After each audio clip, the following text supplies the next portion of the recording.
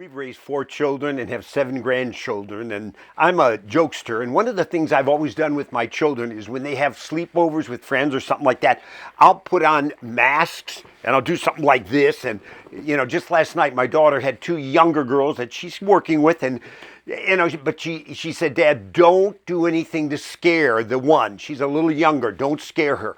And so I honor that. And you know what? I don't want to scare people, but there is such a thing as having a godly fear and also having a moment, a watershed moment like we've just had in terms of the Trump verdict that should scare us about what's going down. This is a moment where we have to understand the profound significance and the gravity of this situation and not just gloss over it. So today I want us to hear from 6 respected and very godly leaders that are going to share with us about this watershed moment. Stay with me.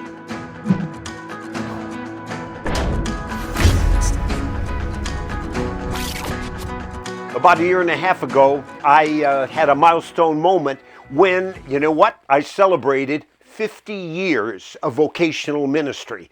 And during the last 10 years, I have to admit, I've seen things that are unthinkable, unbelievable, and it's just shocking. And if we're not careful, we just gloss over and keep moving on.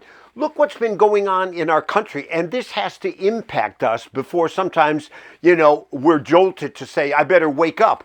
I remember Benjamin Franklin once made a statement, and it's a classic one, and he said this, he said, "Justice will not be served until those who are unaffected become as outraged as those who are affected." People can be elite and stay in their gated communities and say, well, I'm not worried. I'm not scared about what's going on with the illegal immigration. But you know what? When it starts to come near them, they can start to get a little bit scared. Same thing when people say, yeah, but legalize drugs and decriminalize marijuana. It doesn't bother. And then all of a sudden, when one of their children gets hooked, and then they start changing their tune because it impacts them. I saw recently where Prager University did a documentary. It was tremendous. And they went among the LGBTQ people, community, and they were asking them in terms of Israel and the Palestinians, who do you stand for? And right across the board, homosexuals and lesbians, they were saying, we're the Palestinians, they're repressed, they're, what they go through, we don't like what Israel's doing. It wasn't fixed. And I just listened to it and I thought, I wonder where this is going. Well, what happened was the individual that was filming this then went among the Palestinians in the Middle East, asked some of the leaders, parents, and asked questions about, homosexuals, gays, lesbians, and many people among these that were first interviewed were shocked when they heard these Palestinians, radical Islamists, saying, oh man, gay people, they're worse than murderers. And as a parent, I believe in honor killing. We kill them, we execute them. It was a stunning thing. And when they then asked these gay people, they said, did you know that? Do you know that in Israel they have liberty and freedom? They even have gay pride events there.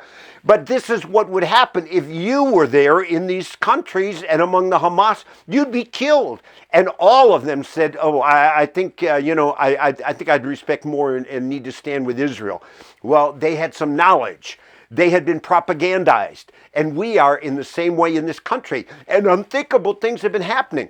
Who would have ever believed that we'd have somebody in the Oval Office that with a Catholic background would be not just mentioning abortion, but abortion unfettered until the moment of birth, and, let's support it with tax money. And you say, wait, how could this be happening? How about what's been going on the border? You say, well, I heard recently, after 3.5 years of a catastrophe and chaos and, criminals and fentanyl and cartel, all of this, now there's a kind of like an election year conversion, and we're going to go back to what Trump did. Folks, I want you to know, what does the law say about illegal immigration?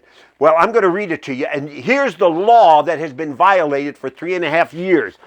All non-citizens, including asylum seekers, declaring fear of persecution must enter the country at a port of entry, undergo inspection, and appear before a judge before being allowed to enter the United States of America.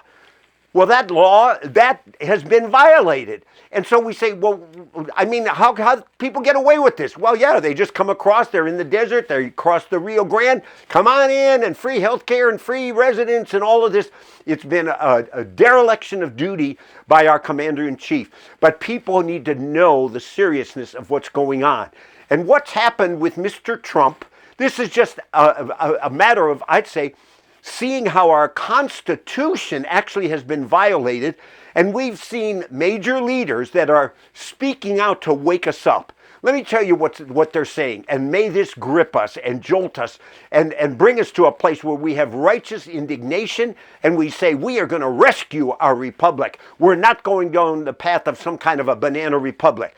How about Elon Musk? What did he say? Well, I thought it was interesting. I wrote it down. Now, this is the man, of course, that, is an innovator, Tesla, purchased Twitter, brilliant man, a genius. And here's what he said. He said this.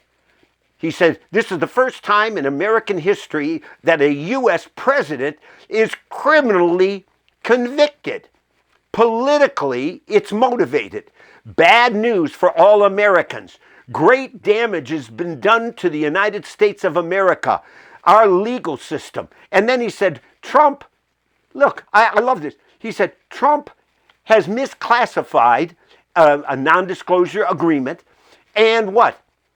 Should have been a misdemeanor, but if the former president can be coerced and convicted criminally over such a trivial matter, then we need to realize they can come after us, and this puts us all at risk.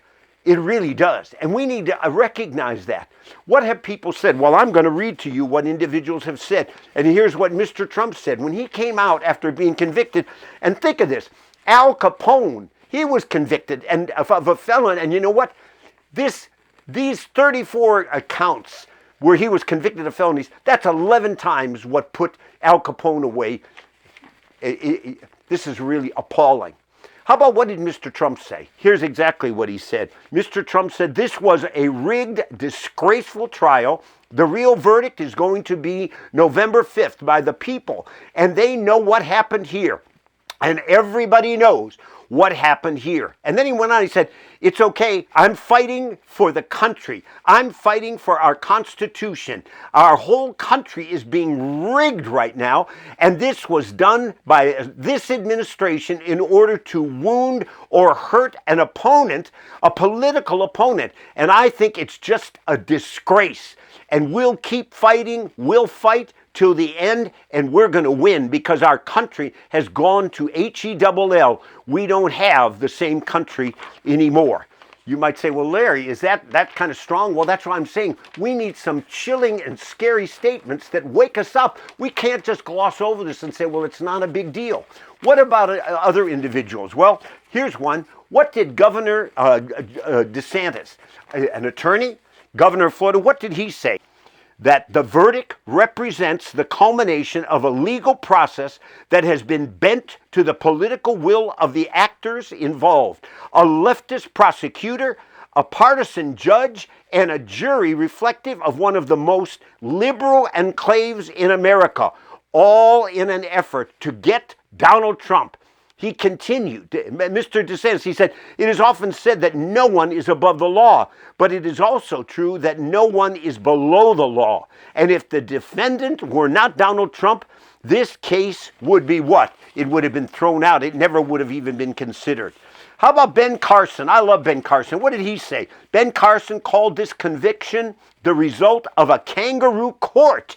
He added he said, I think the vast majority of people understand that if we go down this road, we're done as a fair country. And I think that people will respond appropriately as they wake up. Well, we can go on with some others. What about House Majority Leader Mike Johnson? He said, the weaponization of our justice system has been a hallmark of this administration, and the decision that came down against Mr. Trump, this verdict, is further evidence that Democrats will stop at nothing to silence dissent and crush their political opponents. And he went on. Others made comments and shared. But you know what? Tony Perkins of the Family Research Council, I love that man. I've known him and been with him. And he said the same thing. This is a dangerous decision that has been rendered. You say, well, Larry, what are we supposed to do? Well, like never before, we need to be informed and recognize what's been done to this country. We need to pray that we can see righteousness abound and wickedness exposed. We need to pray that people will wake up. And yes, it'll mean it's scary. I start hearing about this. How are these things that are unthinkable? How could this be happening on our watch? Well, you know what? I'll tell you this. Many progressives will tell us, and you've heard this, 2 things you don't talk about in America today. Don't do it. And that's don't talk about religion and don't talk about what? Politics.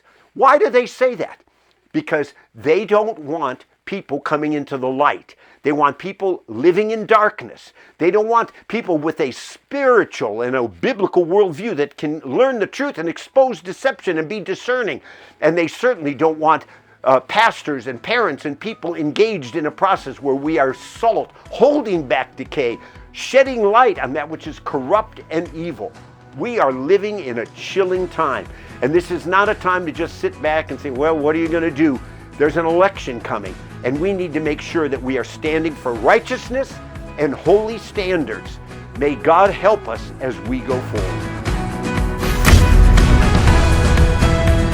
Hey friends, if you felt this video was helpful, make sure you like and subscribe so you get notified once new videos become available. Thanks.